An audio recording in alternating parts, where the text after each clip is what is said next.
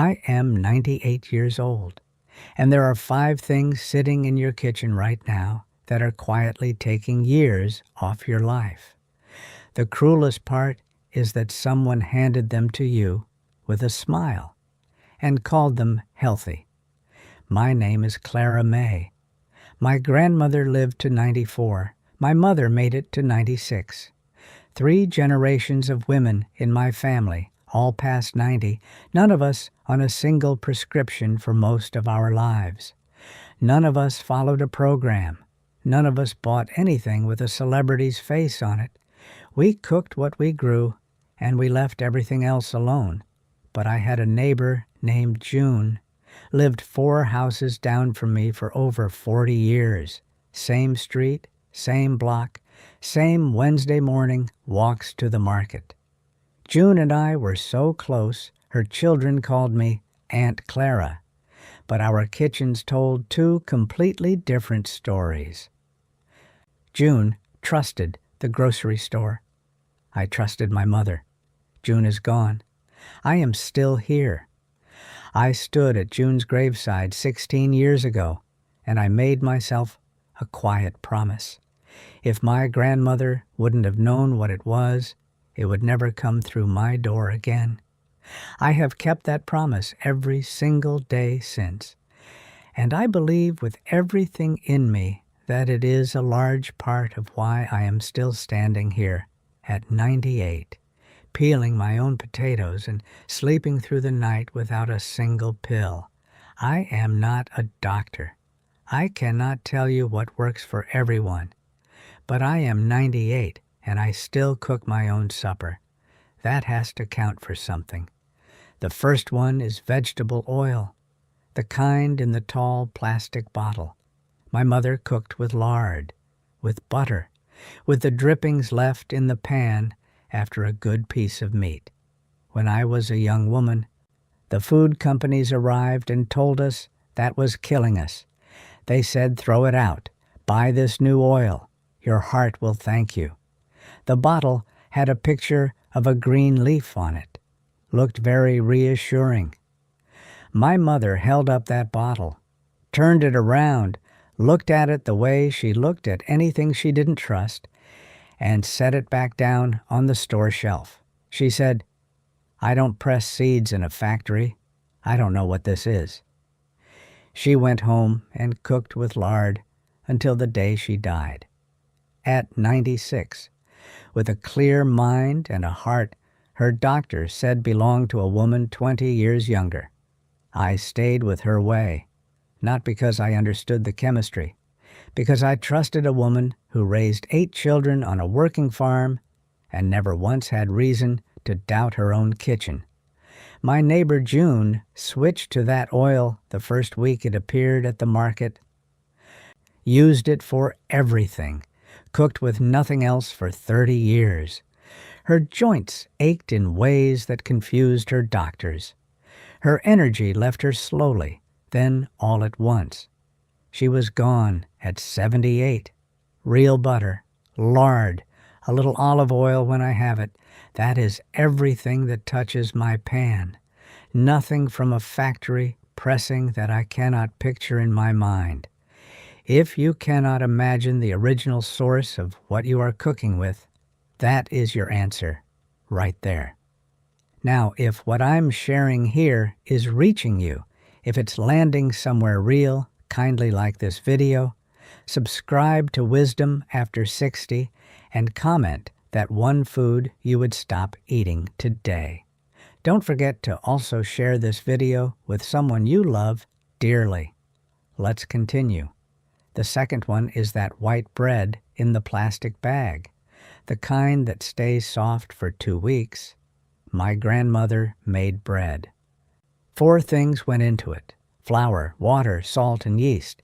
She kneaded it with her hands on a wooden board that had a groove worn into it from 40 years of the same motion. That bread was stale by the 2nd day. That is how she knew it was real. Last year, my granddaughter Adeline brought a loaf from the store to my kitchen. I turned it over and read the back of the bag. I stopped counting ingredients at 25. I could not pronounce a third of them. I looked at Adeline and I said, "Honey, what is your body supposed to do with something it doesn't recognize?" She had no answer. Neither did I. Women I grew up with who ate that factory bread their whole lives complained of a heaviness after meals that followed them for hours, bloating that they accepted as just how their body worked. They blamed getting older. It was not getting older. The bread your great-grandmother made went hard in 2 days. If yours is still perfectly soft on day 10, something in that bag is doing work that food was never meant to do. Read the back, not the front. The front is where they put the pictures of wheat fields and sunshine. The back is where the truth lives. The third one is those meals that come in a box or a tray, the ones that take 3 minutes. My husband George brought one home one winter when I was ill and couldn't get to the stove. Sweet man, he was trying to help.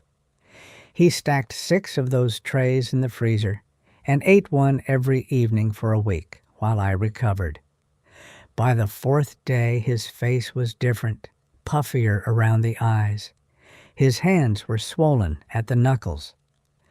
He sat down at the table after supper one evening, and I could see from across the room that something in his body was objecting.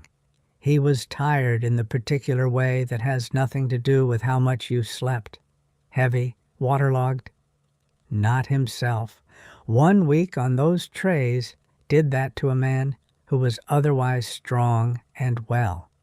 I got myself back to the stove on day 8, and I put every one of those remaining trays in the trash.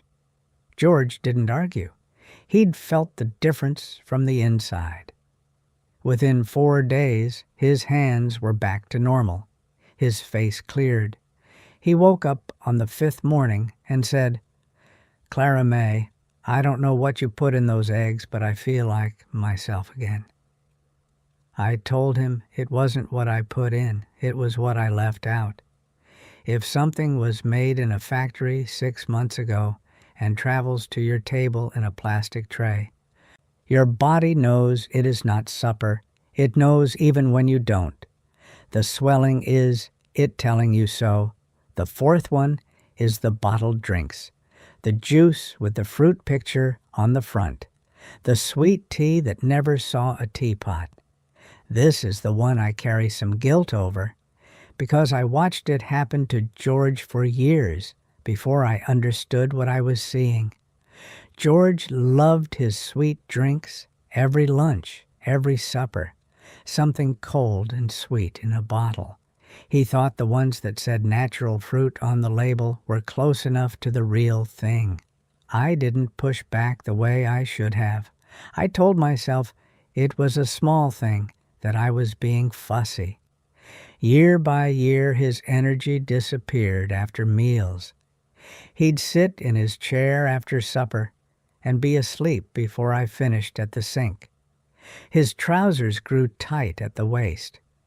His doctor kept adjusting things, kept offering explanations, and I kept nodding and saying nothing about the bottles lined up on the refrigerator shelf. Then one autumn, the doctor gave George a plain warning, no softening, just the numbers and what they meant. That same night, I went through every bottle in the kitchen and put them in a box by the door. George looked at that box and looked at me, and knew better than to argue. He missed those drinks for about 3 weeks. Then he stopped missing them because he stopped feeling the way he used to feel. The weight came off his middle without any effort. He woke up earlier. He was awake past 8 in the evening for the first time in years, sitting at the kitchen table, talking, present. I wish I had done it sooner. I saw what those bottles were doing, and I stayed quiet too long because I didn't want to be difficult. That is my regret. Liquid sugar moves through you without your mind counting it because you didn't chew it. but your body counts every single drop. Water. Tea you make yourself with real leaves. That is the whole list. The fifth one is the processed meat, the sliced kind in the sealed plastic package, the kind that lasts in your refrigerator for 3 weeks without changing. This one sits the heaviest on me. There was a group of us, 8 women from the same church, same neighborhood, same 30-year stretch of potluck suppers and birthday tables and each other's kitchen chairs. Every one of those women made sandwiches from that packaged deli meat. It was cheap. It was easy. Nobody thought twice about it. I brought different things. Real meat I had cooked myself, or nothing from that tray at all. And I remember the teasing. Oh, here comes Clara May with her special food. Too particular for a simple sandwich. I smiled. I didn't argue. There was no point. Over the years, that table got quieter. One chair, then another, then another. Heart trouble, cancer, strokes that came without warning. One by one those women left, and the circle that had once been 8 women laughing over food became 4, then 3, then 2, then just me, sitting in my own kitchen, remembering all of them by name. I am the last one from that table. I do not say that with any pride. It sits heavily. I think about Norma and Estelle and Ruth and all the rest of them, and I wonder whether if I had spoken up instead of just smiling and saying nothing, any of it might have been different. I will never know, but I know I should have opened my mouth sooner. I know that. If you cannot tell what animal it came from by looking at it, if it was shaped and sealed in a factory and colored to look like something real, if it lasts 3 weeks without a single change, leave it on the shelf. That is not food. That is something wearing food's clothing, so those are the 5. Vegetable oil, factory bread, boxed meals, bottled sweet drinks, processed deli meat. 5 things June ate, 5 things I didn't. The difference between one kitchen and another. The difference between a graveside promise and a life still being lived. Go to your kitchen tonight. Open the refrigerator. Open the cabinet. Turn the packages around and read the back, not the front. Ask yourself one question about everything you find. Would my grandmother have recognized this as food? If the answer is no, you already know what to do. I'm not asking you to change everything tonight. I'm asking you to stop trusting a label over your own common sense. My kitchen has things in it that my grandmother would walk in and immediately understand. That is the only standard I have kept for 30 years. It has served me well. I am 98 years old. I cooked my own breakfast this morning. I will cook my own supper tonight. Now, if you'll excuse me, my tea is ready, and that back porch has been waiting on me all afternoon.